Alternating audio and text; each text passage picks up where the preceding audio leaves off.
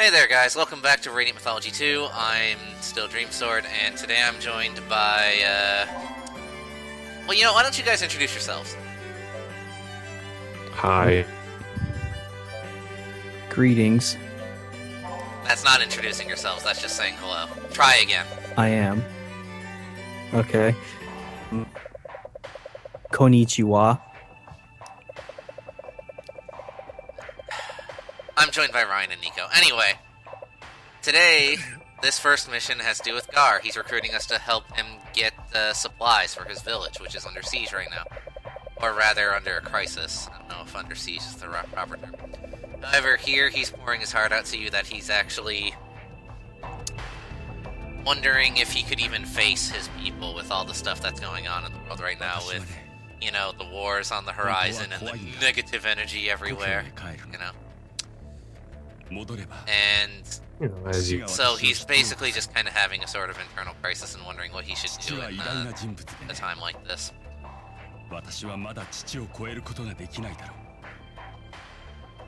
Quite interesting too when you consider how he was a king in Tales of Destiny, because he also briefly mentions trying to live up to his father's name, which I don't remember that being a thing in Destiny. Maybe it was, but I don't think so. Who knows? Well, he also says we're easy to talk to. I imagine that's because we're mute. no, and we also don't have a tiny, annoying sidekick to talk for us. Indeed. That's a big help. You guys like Gar? Yes. He's pretty cool. Good. Gar's, for those who don't know, Gar is my favorite character from Tales of Destiny. So let's beat up this bird. Don't you mean Woodrow? Fuck you, Ryan. Anyway, Gar is really weird to play as in this game because how he works is that depending on what direction you hold when you're attacking, that determines whether he uses his sword or his bow, and that definitely takes some getting used to. So yeah, I just wanted to give a brief glimpse of him. I didn't really want to go into too much stuff with him because we've already seen him fight in previous parts anyway, so there's really not a point to trying to have like an in-depth battle here. Yeah. Mm-hmm. So, alright, we've got the stuff that is going to deliver the supplies to Gar's hometown. The delivery man is like, "Oh, Sir Gar, are you going to return home?" And Gar's like, "No, I have a guild I'm a part of. I need to help them save the world." And the guy's just like, "Alright." So he takes a bag full of, like, food and medicine and such to, you know, help out. Makes sense. Yeah. And his face is just slightly off-tinned Gar. That's impressive. I know, right?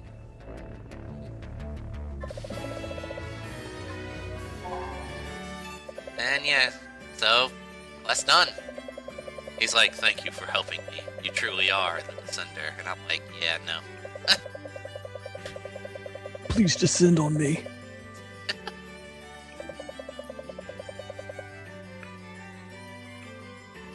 So, speaking of Gar, though, we need to now go talk to someone who looks exactly like him. And yeah, we got a title for our work. I have no idea what it means, though, because the menu patch people decided they didn't need to translate it. Anyway, here's Vague. Vague. So yeah, here he's like, "I need you to make an opal brooch for me." And I'm like, "Alright." He's like, "I'm gonna give it to Claire as a present." And I'm like, "Sure." Now, lucky for me, because I mine a lot, I already have the opal brooch. So he's like, "Oh, you already have it? Oh my god, it's amazing." And I'm like, "Yeah, here you go." Claire. And there he's just like, "Thank you very much. I appreciate your work. Please leave." I'm just going to stand in the background. I'm trying to be depressed and icy. Yeah.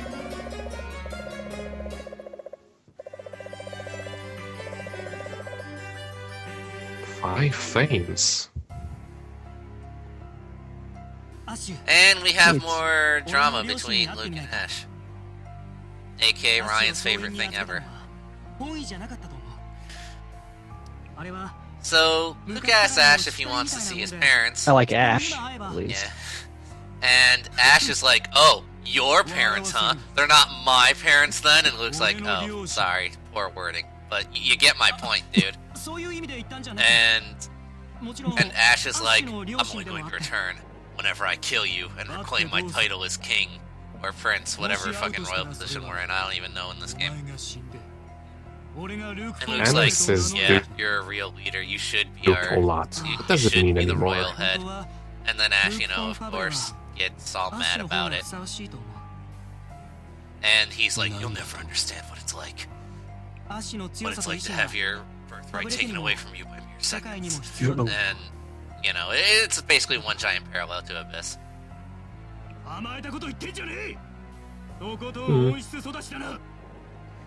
But at any rate, Ash takes this whole thing as a challenge, somehow. I really don't know how you can interpret it as that. And, you'll see him later turn to us, and he'll be like, and you can come and watch to see who will turn out victorious as the true Luke Monfavre. And Luke's like, but I don't want to fight, and Ash's like, you're gonna shut up and fight me. And, you know, that's pretty much the whole spiel.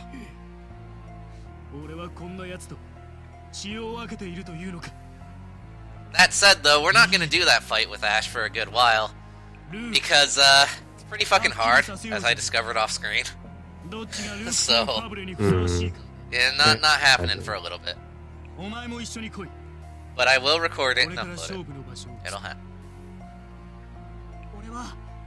As I will with a bunch of other, Tails character fights later on. Ryan. Is it one of those Like finish the Goku? game? No, you can do it before you finish the game. It's just that because I'm hopping classes so much, I'm really underleveled. So, Yeah.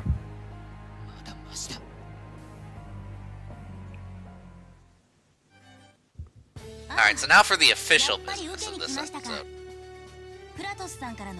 As you might have heard, Kratos will be joining us this time. We're going to Mandaji, Kratos.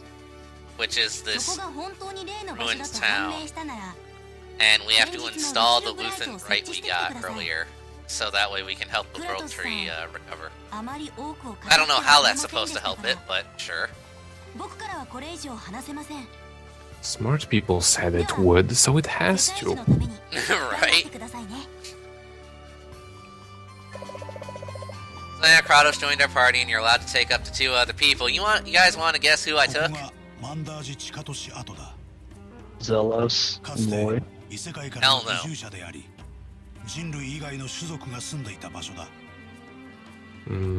Reed and Leon. Nope. Anyway, Kratos says that this town is actually from a different world entirely. Apparently. I don't know how he knows this, but he does. And he says this is where many different races lived before they all died. And they built these tunnels, so that way they could parallel the World Tree's roots. Well,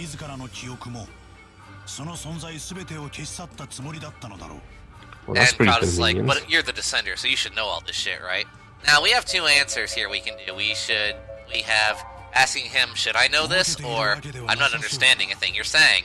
I responded with, I don't get anything you're saying. Apparently. So Kratos gets annoyed that we're so dumb, apparently. And he's like, you shouldn't be playing games here. We're on a mission. And I'm like, you're the one who started small talk! What the fuck? You lose 17 fame. So yeah, I brought along Caius and Rubia. Yes. All those ones of damage. I'm also playing as the Twin Sword class, which does no damage. But damn, can it carry a combo count? Oh. That's Like, look at this combo counter I'm building, dude. It's gonna be worth some XP. Even if it's all ones of damage. Yep.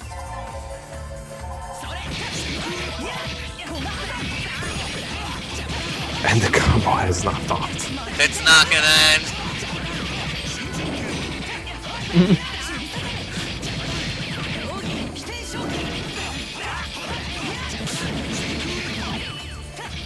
Now, this is pretty impressive. Oh, don't drop, Can you don't drop, imagine how it don't would have drop. been if you were soloing this?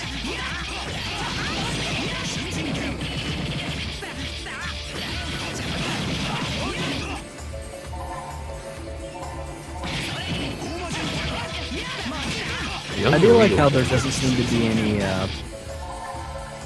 Ryan, you're item cooldown for item wait time. Oh, I'm sorry. It's in the bottom. It's like a little square there. I think. Oh, that's a defense buff. And the combo ends. Oh. I thought I could go into Overland because he was so high above me that it wouldn't affect him, but it ended up doing so anyway, unfortunately. But yeah, I could have kept going with that shit. That is how good you can juggle with a team like this. And if you're only fighting one person anyway.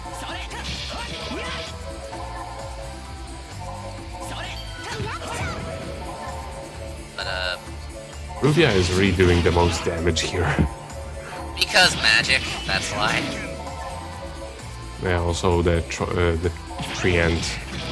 they don't really take much damage. Yeah. There you go, that's your little preview of the Twin Sword class. And you can see a little green chest there. That we can't get thanks to a cutscene. It's going to taunt us throughout the rest of the cutscene. They're just going to show it in the corner of the screen all the time. They do that always. I know, right? So yeah, we're here. We plant the Luthen Bright into this water. Apparently that'll help somehow. It looks like a touchpad on a laptop. Yeah. So now Kratos is like, well, since you don't know shit, I'll start giving you lore. He says that this is where the first Descender ever was born, and I kinda doubt that, but alright. And this said Descender ended the Mana Shortage crisis, and once all his duties were filled, he disappeared into the roots of the World Tree. And he apparently also, all of the weapons and armor he ever used are also hidden in this dungeon somewhere. Just in case another Descender needed to pick up the mantle. Well, that would have been nice to know, guys, when you labeled me Descender. We could have came here and got some fucking weapons. But yeah, this is basically talking about the Radiant equipment, which I'll be doing those quests later. And the two options there earlier were, wow, you know a lot, and how do you know these things? And the coin landed on, how do you know all this? Which is definitely what I would ask in this situation. It's like he just runs off. Yeah. And Kratos gives us a complete non-answer, by the way. He's just like, I just know. Deal with it. And I'm like, okay. He just Know everything. I just know what I know. Yeah. He just runs off and brings like a cardboard cutout of Guy. Explain. But yeah, he's like, one day you too will achieve the title of Radiant. You become a stronger Descender. I'm like, that's not answering anything, Kratos, but thanks, I guess. Cool. Or is the implication here supposed to be that this is the Kratos who fucked off at the end of Symphonia? That's a weird implication. But yeah, Jade's like, oh, I should have gone with you. I wanted to learn more about the world. And I'm like, yeah, sure. Well, you've got to learn the weaknesses of your enemy. Right. Oh wait. Take me with me. I hold your hand, Descender. But yeah, Rain is like, oh yeah, that would have been neat. I should have went too. And I'm like, well, I didn't recruit either of you, so nope. I think we all know why Rain wanted to go. Yeah. But yeah, next on our to-do list apparently is we have to find a legendary flower seed in the shape of a person, which can apparently only be harvested through a very rare 3-colored moss. Wouldn't that According be to Jade, it's called like the Twilight somewhat moss, of a and he knows where mandragora? it is.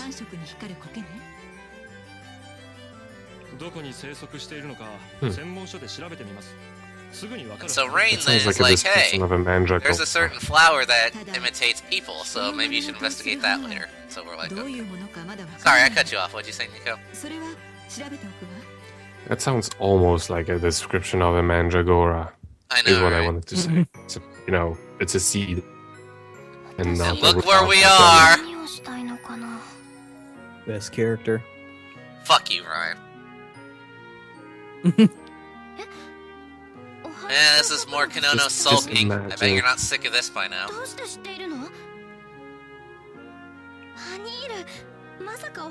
Oh, she's taken by so many people. But like, to make this better, just imagine that her struggle is that she can't open a jar, and that the whole thing was actually about a box, and she could not tell it apart from a jar, and she could still didn't open it. I can't get the cap off. She So tries to open the tragic. jar. She tries to open it, and her hand just falls like off the. It just like slides off the cap. That said, I will Yes. tell you one tidbit And it- that apparently will make her your waifu, according to these notes, Ryan. Oh. Apparently this Kanono wants to become a writer. Well, what do you know? Is she your waifu now? Is this the best Tales character for you? Yeah. God damn it, Ryan. I guess she'll live to tell the. I guess she'll live to tell the tales of our heroes. When played. No wonder that game sucked. It was written by Kanono. Mystery solved. It was written by Kanono. It was all just her fanfiction. Oh. That was Yes, her fanfiction. that makes so much more sense now. I know, right? That's why Yeah, here's Kratos the, themselves were making puzzle. out. I skipped a lot of it because this one actually gave me some trouble. So there you go. We got a gold key and some mithril and some platinum for our trouble. I'm sorry, it's gold. And here, Kratos is just reminding you if you want to get the raiding equipment, you have to accept a quest from him and go back to the dungeon we were just at and fight a boss. Like I said, I'll be doing that way later. Otherwise, the equipment mysteriously isn't gonna be there anymore. Pretty much, yeah. What are the applications of it? And here, Arche and Chester are just bickering like they usually do. Arche's upset that Chester's treating her like a little sister, and Chester's like, I can't help it, my sister is dead. You know, Fantasia.